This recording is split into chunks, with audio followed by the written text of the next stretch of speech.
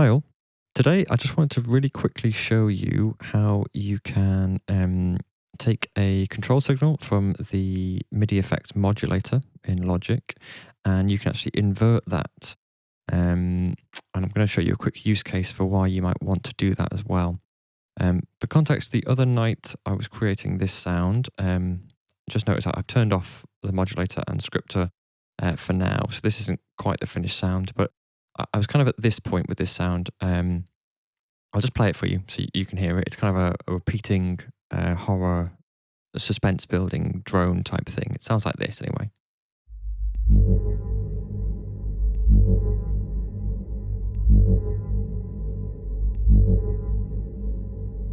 Okay, a lot of effects on there.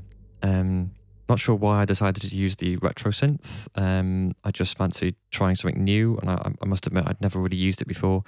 Not for any length of time, really. Anyway, as I was playing with this sound, anyway, I started to mess with these sliders here, and they're set to a starting point now that I kind of arrived at. But initially, I was just going up and down, seeing how they change the tone of this sound. I'll do it again just for demonstration. What I found was that, or what I wanted in the end rather, was to have these modulate over time. So if I play this, I'll just show you how this sounds. Just change the inharmonic slider here. It's one of the most obvious ones. It kind of has a almost like a pitch shifting effect. I'll just play it for you so you can hear it, and I'll go up and down so you can see the difference and how you get an idea of how it might sound over time.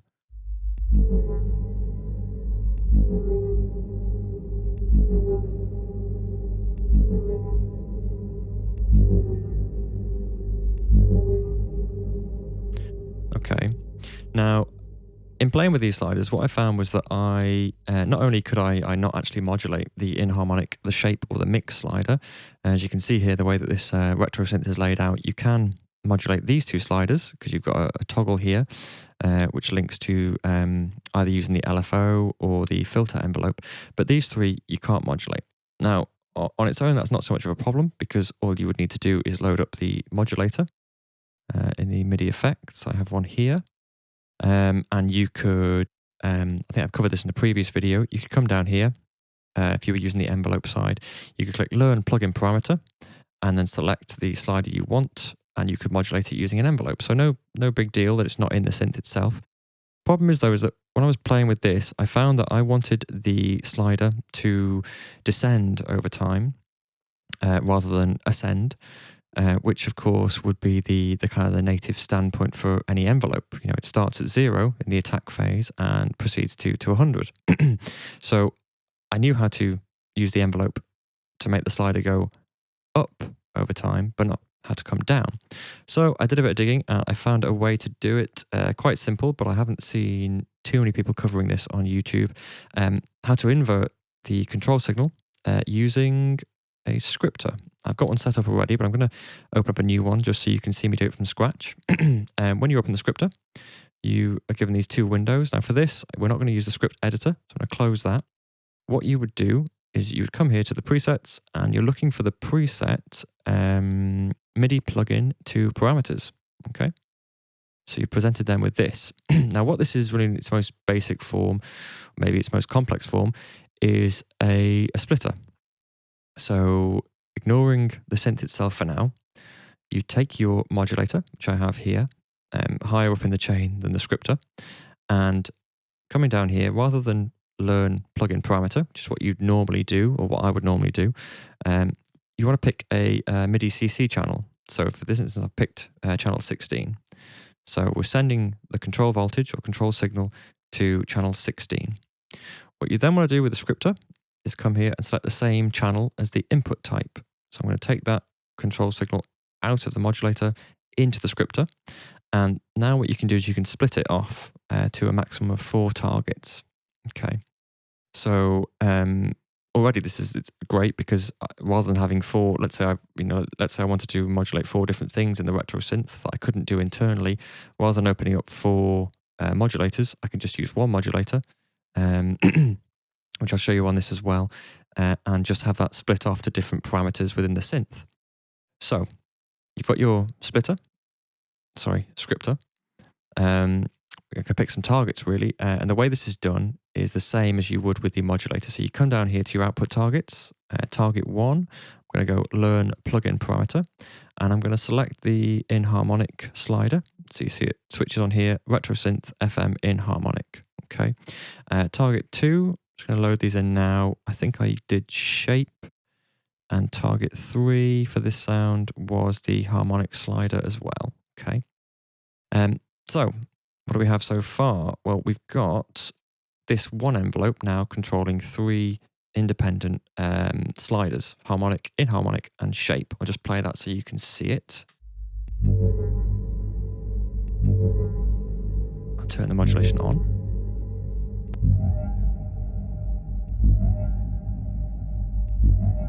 Okay. And that is how you split one signal across 3 or 4 different destinations. But to invert them, let me just reset these quickly to where they were. I think that was 710. I think that's right. To invert them then, what you want to do is look at the min and max values for each of these targets. At the moment it's 0 to 100. Which is pretty obvious. What that's doing is taking the start of the attack as 0%, and where it then hits the sustain would be 100%. So what I want to do is just reverse these. So I'm going to go 100% on the minimum, and the max would be 0%. The others will just change slightly more precisely. I think I had this set to 71 as the min, and 26. This is just specific for the sound that I've designed. You can obviously set these values to whatever you want or experiment.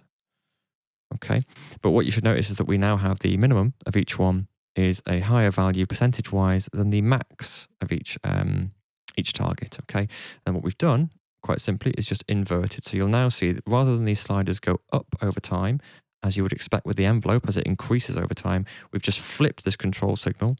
So it's now telling the synth to go down over time instead.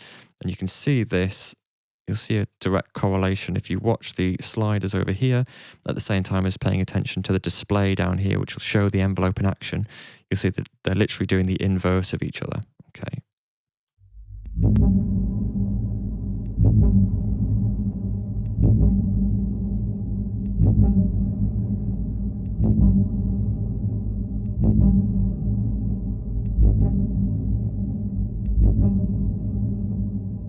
And that is literally it. How to invert the envelope control signal. Same can be done with an LFO as well, of course, but it's probably a little less necessary, because with an LFO you could always just change the starting point and start at a peak and have it go down.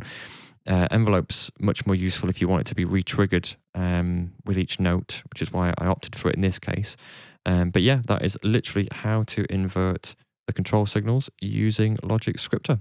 I hope you enjoyed it, guys. I hope it serves you well. And yeah, go and make some cool sounds, and I'll see you in the next video.